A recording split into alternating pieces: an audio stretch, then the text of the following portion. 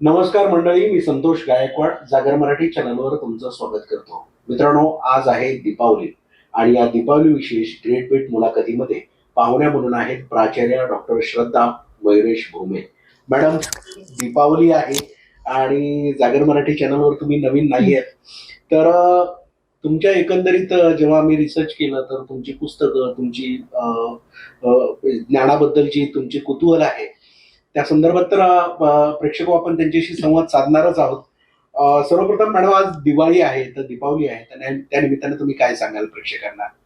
सगळ्यात आधी जागर मराठीला दीपावलीच्या हार्दिक शुभेच्छा. संतोष सर, तुम्हाला सुद्धा मनापासून शुभेच्छा आणि सगळ्या ऐकणाऱ्या श्रोत्यांना सुद्धा दीपावलीच्या हार्दिक शुभेच्छा. खरं तर दीपावली हा एक दिव्यांचा सण. दिवा जसा आपला प्रकाश देत राहतो, तसं प्रत्येकाने सुद्धा असाच ज्ञानाचा प्रकाश आणि आपल्यामध्ये असलेल्या कला गुणता विविधता ह्याचा प्रकाश कुठेतरी सतत तेवत राहावा आणि तेवत ठेवावा, हा संदेश मी नक्की सांगू इच्छिते सगळ्यांना. मॅडम, तुम्ही आता प्राचार्य म्हणून आहात, टिळक एज्युकेशन सोसायटीच्या JK college of science and commerce मध्ये प्राचार्यपदी आहात.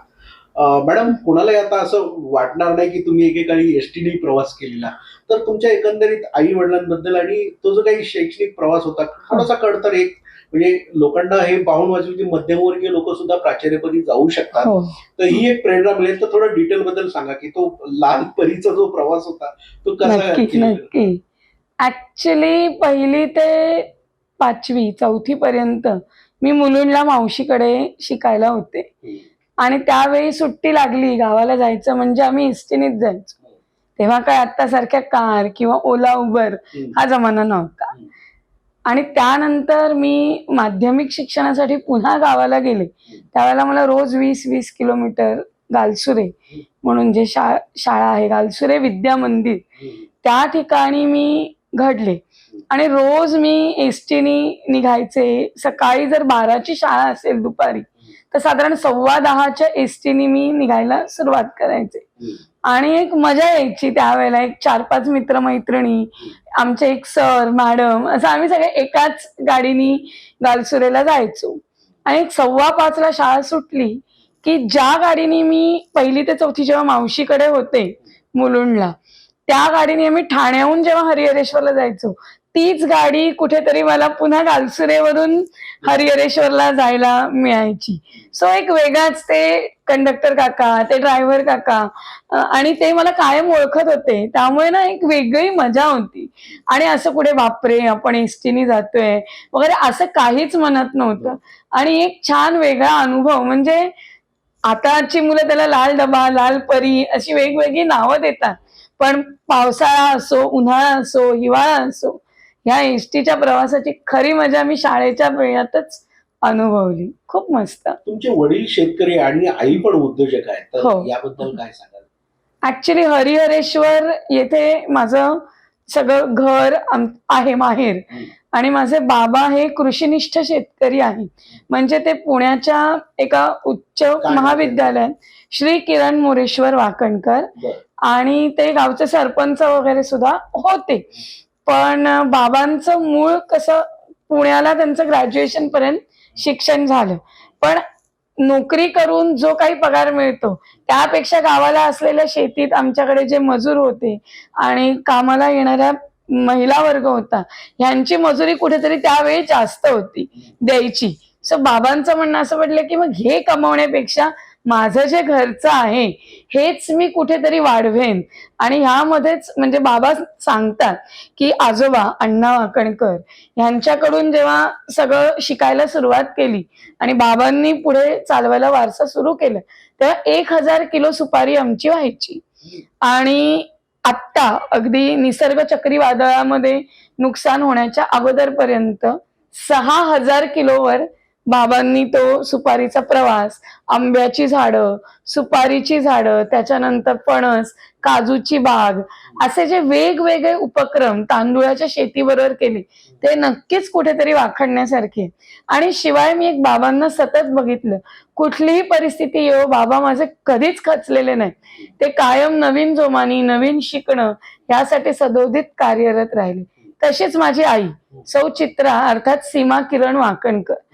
आईबद्दल सांगायचं म्हणजे ऍक्च्युली उत्साहाचं मूर्तिमंत उदाहरण म्हणजे माझी आई. आणि ती अ, जसं हरिहरेश्वर आपल्याला माहिती आहे की तीर्थक्षेत्र आहे. सो त्या तीर्थक्षेत्रामध्ये येणारे टुरिस्ट, मग त्यांच्या वाढत्या डिमांड्स, मग हे करताना कुठेतरी आम्ही एक छोटं होमस्टे, माऊली पर्यटक निवास नावाचं सुरू केलं. आणि मग आईचा तो शाळा कॉलेजेसच्या पिकनिक देणं किंवा फॅमिली पिकनिक्स हे सगळं करताना ऑर्कुटचा जेव्हा जमाना होता त्यावेळेला मोदकवाले वाकणकर म्हणून आईचं नाव त्या येणाऱ्या टुरिस्टनी वगैरे व्यवस्थित असं अपलोड केलं होतं. ते एक वेगळं अप्रूप होतं त्यावेळेला. आणि तिच्या ह्या पाककला आणि ह्या सगळ्यातून मलाही कुठेतरी थोडीशी कुकिंगची आवड निर्माण झाली असं म्हणता येईल. तुम्ही किती भाऊ बहीण? मला एक भाऊ आहे. आत्ता तो एमटेक झाला. तो गावालाच होता 10वी पर्यंत. नंतर त्यांनी डिप्लोमा केला बाटू बाबासाहेब आंबेडकर टेक्नॉलॉजिकल युनिव्हर्सिटी मधून. तो ऑल ओव्हर महाराष्ट्र डिप्लोमाला पहिला आलाय. आणि त्यानंतर पुण्याला सीओईपी मधून त्यांनी बीटेक केलं. आणि मग एमटेक IISc ची शिवपूर कोलकाता, तिकडेही तो इलेक्ट्रॉनिक्स टेलिकम्युनिकेशन मध्ये पहिला येऊन आता त्याला कॅम्पस प्लेसमेंट मिळालेली आहे. मॅडम, तुमचा जो शैक्षणिक प्रवास आहे हा विवाहानंतर जास्त उलगडलेला आहे किंवा तुम्ही आता प्राचार्य बनले, तर तुमचे पती यांची मयुरेश भोमे यांची तुम्हाला खूप साथ आहे, तर त्या संदर्भात काय सांगाल? नक्कीच. ऍक्च्युली माझे मिस्टर आर्किटेक्ट मयुरेश भोमे यांचं स्वतःचं ऑफिस आहे ठाण्याला, विजन आर्किटेक्ट्स आणि इंटिरियर पार्टनरशिपमध्ये. आणि कुठेतरी कधीच म्हणजे खरं सांगायचं तर तुला करायचंय तू कर, मी काही नाही म्हणत नाही. आणि मी मागच्या मुलाखतीत सांगितल्याप्रमाणे माझे सासरे आणि सासूबाई श्री अरुण भोमे आणि सौ आशा भोमे ह्या दोघांचंही मला कुठेतरी एक सपोर्ट कायमच होता. आणि सासरे स्वतः माझे बिझनेसमन होते आणि सासूबाई रेल्वेमध्ये अकाउंट्स डिपार्टमेंटमध्ये कार्यरत होत्या. त्यामुळे पहिल्यापासून असं नोकरी करणं किंवा अशा कुठच्या ह्याला कधी पाठिंबा नव्हता असं नाहीच. आणि त्याच्यात कुठेतरी आपण एक म्हणतो ना की जुळलं गेलं, कनेक्ट झाले मी घराशी. आणि मिस्टरांनी एमफिल करायला मनाई केली नाही. हे अरेंज मॅरेज? Arrange marriage. अगदी वधूवर सूचक मंडळात नाव घालून जसं असतं, दसऱ्याला नाव घातलं, दिवाळीला बघण्याचा प्रोग्राम झाला आणि मार्चमध्ये लग्न झालं. म्हणजे इतका सोपा प्रवास होता तो. पण कुठेतरी खरंच म्हणजे थँक्स टू मयुरेश, त्यांनी खूप सपोर्ट केला सगळ्या बाबतीमध्ये. मॅडम, तुमचा जो शिक्षिका, विभाग प्रमुख, उपप्राचार्य आणि आता प्राचार्य हो. यामध्ये ज्ञानसाधना कॉलेजचं खूप योगदान आहे, तर तुम्ही काय सांगाल? नक्कीच. ऍक्च्युली 2014 साली माझं PhD पूर्ण झालं. तोपर्यंत मी ठाण्यातीलच एका वेगळ्या महाविद्यालयामध्ये शिकवत होते. आणि तिथे शिकवत असताना एक 10-12 पुस्तकं आणि एक 25-30 रिसर्च पेपर हे मी सगळं केलंच होतं. 2015ला मी ज्ञानसाधना महाविद्यालय म्हणजे आत्ताचं सतीश प्रधान ज्ञानसाधना महाविद्यालय इकडे जॉईन झाले. ती हेड ऑफ द डिपार्टमेंट म्हणूनच. बॅफ म्हणजे बीकॉम इन अकाउंटिंग फायनान्स या एका स्पेशलायझेशन कोर्स करता. मग हळूहळू तिकडे सगळ्या जबाबदाऱ्या पार पाडता पाडता मी MCOM म्हणजे post graduation in banking finance याची सुद्धा विभाग प्रमुख झाले. त्याच्यानंतर मला प्लेसमेंट आणि career counselling cell, research development cell याही वेगवेगळ्या जबाबदाऱ्या दिल्या गेल्या. कॉलेज डेव्हलपमेंट कमिटीचं मेंबर म्हणून नियोजन करण्यात आलं. आणि मग व्हाईस प्रिन्सिपलशिप मागचे 3 वर्ष. इथे 1 वर्षापूर्वी मी प्रिन्सिपल म्हणून जॉईन झाले घनसोलीच्या कॉलेजला. तोपर्यंत हा सगळा प्रवास माझा ज्ञानसाधना कॉलेजला कुठेतरी मी तिथल्या ज्या विश्वस्त आणि जॉईंट सेक्रेटरी आहेत डॉक्टर मानसी कमलेश प्रधान आणि श्री कमलेश प्रधान सर जे सेक्रेटरी आहेत, या दोघांचेही मी मनापासून आभार मानेन. कारण मॅडमनी एक प्रकारे वेगवेगळ्या जबाबदाऱ्या माझ्यावरती टाकल्या आणि त्यातून मी स्वतःला सिद्ध करू शकले आणि स्वतःला मी शोधलं की मला हे सगळं जमू शकतं. फक्त कोणीतरी विश्वास दाखवायची गरज होती आणि बोट द्यायची गरज होती. सो मला असं वाटतं नक्कीच जी काय आज कॉन्फिडंट श्रद्धा सगळ्यांसमोर दिसते, त्याच्यात मानसी मॅम आणि कमलेश सरांचा कुठेतरी मोलाचा वाटा आहे. मॅडम, तुम्ही भारतभर दिल्ली, रांची, जयपूर इथे ज्या परिषदांना जातात, तर त्या परिषदा संदर्भात काय कशा पद्धतीच्या असतात, काय त्याच्यामध्ये होतो? ऍक्च्युली आमच्या कॉमर्स क्षेत्रात म्हणजे रिसेंट ट्रेंड्स इन मॅनेजमेंट किंवा वेगवेगळे आता हे GST आला, त्याच्यानंतर आता नॅशनल एज्युकेशन पॉलिसी आपण सगळीकडे ह्या वर्षी सुरू केलंय इम्प्लिमेंटेशन. तर या संदर्भात टीचर्सनी काय वेगवेगळे पद्धती वापरायच्या शिकवण्याच्या किंवा काय नवनवीन विषय असतील, त्याच्यानंतर ते कसे शिकवायचे, त्यासाठी आम्ही काय वाचन करायचे किंवा experiential learning, placement, training, internship हे जे कॉलेज लेवलला वेगवेगळे उपक्रम राबवायचे, या संदर्भात मी दिल्लीचं हंसराज कॉलेज असेल, रामानुजन कॉलेज असेल, त्या ठिकाणी जाऊन रिसर्च कसा करावा, रिसर्च करण्यासाठी टॉपिक टायटल फ्रेमिंग पासून थिसिस आपला एक प्रकारे कसं सादरीकरण असावं, शोधपत्र, शोध निबंध याचं वाचन कसं करावं, त्याच्यामधलं एक्झॅक्टली काय रीड करावं, या आणि वेगवेगळ्या प्रकारचे मी चर्चासत्रांमध्ये भाग घेते. आणि मी स्वतः रिसोर्स पर्सन म्हणून दिल्लीला, झारखंडला असं काम बघितलेलं आहे. मॅडम, जेव्हा या कार्याची दखल पुरस्कारांना घेतली जाते, एवढे सारे पुरस्कार तुम्हाला आहेत, तर काय वाटतं पुरस्कार मिळाल्यानंतर? खरं सांगायचं ना तर आनंद होतो. कारण कुठेतरी कधीतरी वाटतंच ना की आपण जे काही छोटं काम करतोय आणि ती त्याची नक्कीच पोच पावतीये. सो असे काही पुरस्कार आठवणीतले म्हणजे एक मलेशियाला मला एमिनंट एज्युकेशनिस्ट अशा टायटलचा पुरस्कार मिळाला होता. तेव्हा मी अगदी आवर्जून माझे पती, नंतर मुलगा आणि आई बाबा ह्या सगळ्यांना तिकडे बरोबर घेऊन गेले होते. त्यामुळे ते एक खूप छान अनुभव होता. त्याच्यानंतर दिल्लीला एक पुरस्कार मिळाला आहे. परत नाशिक आणि ट्रिची अशा वेगवेगळ्या ठिकाणी भारतामध्ये रिसर्चसाठी आणि एज्युकेशन कॉन्ट्रीब्युशनसाठी पुरस्कार मिळालेत. सो नक्कीच मस्त वाटतंय. मॅडम, 93 पुस्तकाचं लेखन, 150 संशोधन पेपर्स हो. हे सादर करणं, तर या गोष्टीला वेळ कसा मिळतो? एकच मूलमंत्र, टीव्ही न बघणे. बरं. आणि दुसरं जसं मी म्हटलं माझे सासरे ते मला एवढंच गोष्ट म्हणायचे की तू दरवर्षी तुझा CV किती पेजनी वाढतो ह्याच्याकडे लक्ष दे.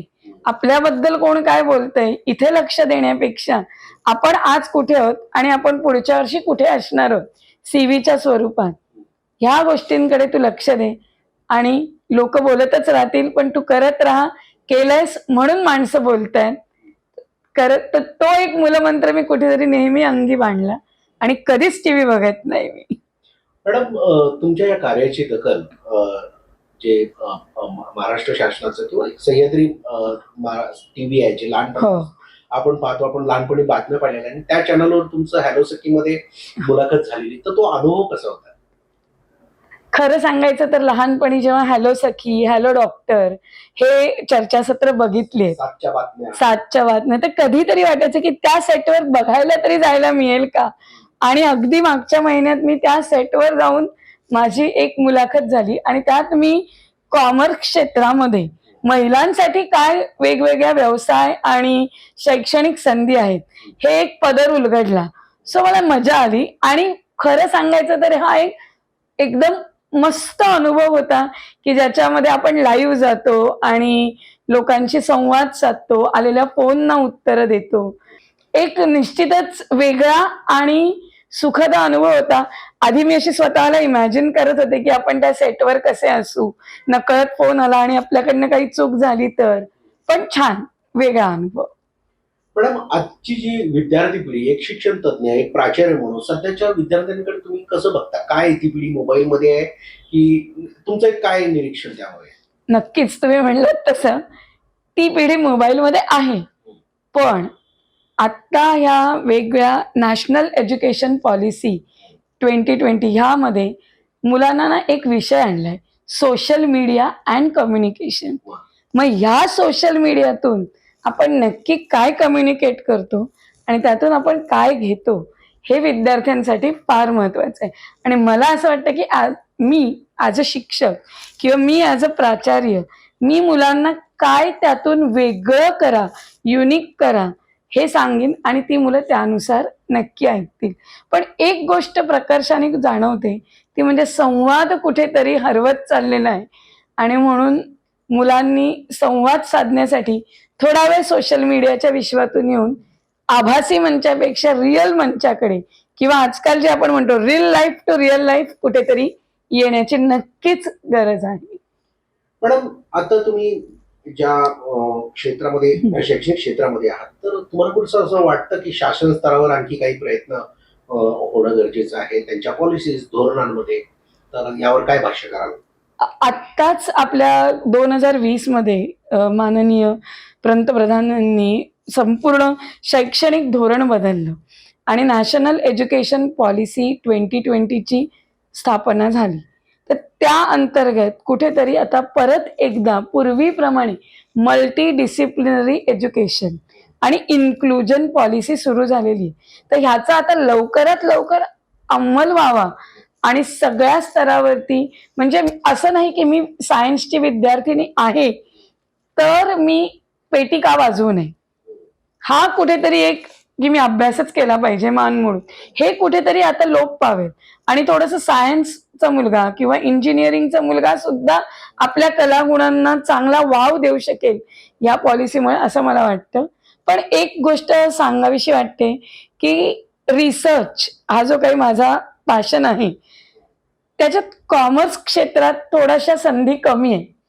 तर त्यासाठी ICSSR सारख्या मोठ्या मोठ्या संस्था टीचर्सना फंडिंग वगैरे करतात.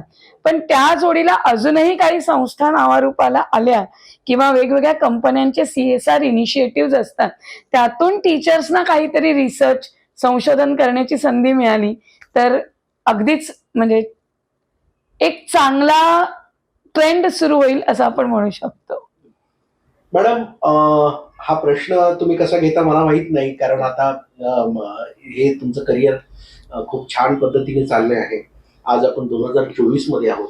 तर आयुष्याच्या या टप्प्याकडे जेव्हा मागे वळून पाहतो तर काय वाटतं, म्हणजे जे तुम्ही परिश्रम घेतलेले त्याची फलश्रुती म्हणा ती तर मिळालेलीच आहे, पण एकंदरीत मागचा प्रवासाकडे बघितल्यानंतर काय एक निरीक्षण तुम्हाला असं वाटतं?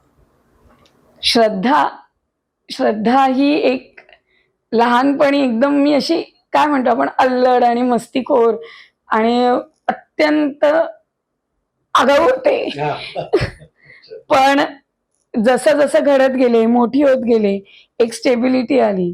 मग एक आणि कुठेतरी मला ना प्रचंड बडबड करायची आवड होती. त्यामुळे मावशीनी लहानपणी जे काही वक्तृत्व, कथाकथन स्पर्धा म्हणा, भगवद्गीता 15वा अध्याय, 12वा अध्याय, ते चिन्मय मिशनच्या ज्या स्पर्धा होत्या, त्याच्यामध्ये सतत भाग घ्यायला लावून कुठेतरी ही एक काय म्हणतो आपण एक शैक्षणिक कारकिर्दीची मुळात जी ती तिकडे नक्कीच रोवली गेली. आणि अजूनही असं वाटतं की एक स्वतः आपण युनिव्हर्सिटी काढू शकलो तर किंवा स्वतःचं काही अजून वेगळं करता आलं तर, पण नक्कीच 60 नंतर. आता सध्या तरी हे जे ज्ञानदानाचं काम चालू आहे ते असंच चालू ठेवायचंय आणि स्वतःचे अजून गुण अवगुण सगळे मागे पुढे करत अजून पुढे जायचंय नक्कीच. तर मित्र हो, आजच्या जागर मराठी दीपोत्सव ग्रेट बेट मुलाखतीमध्ये श्रद्धा मॅडम तुम्ही आलात आणि जागर मराठी चॅनलवर तुमचा जो काही रंजक प्रवास आहे हा उलगडलात. आणि दिवाळी निमित्त खरोखरच आज दिवाळी आमच्या प्रेक्षकांची खूप छान होणार आहे, कारण हे चॅनल वसई विरार नव्हे तर जगभरातही पाहिलं जातं. आणि मॅडम, तुमच्या पुढील प्रवासासाठी मी खूप खूप शुभेच्छा देतो आणि पुनश्च एकदा धन्यवाद देतो. धन्यवाद. थँक्यू. धन्यवाद सगळ्यांना आणि दीपावलीच्या हार्दिक शुभेच्छा. थँक्यू.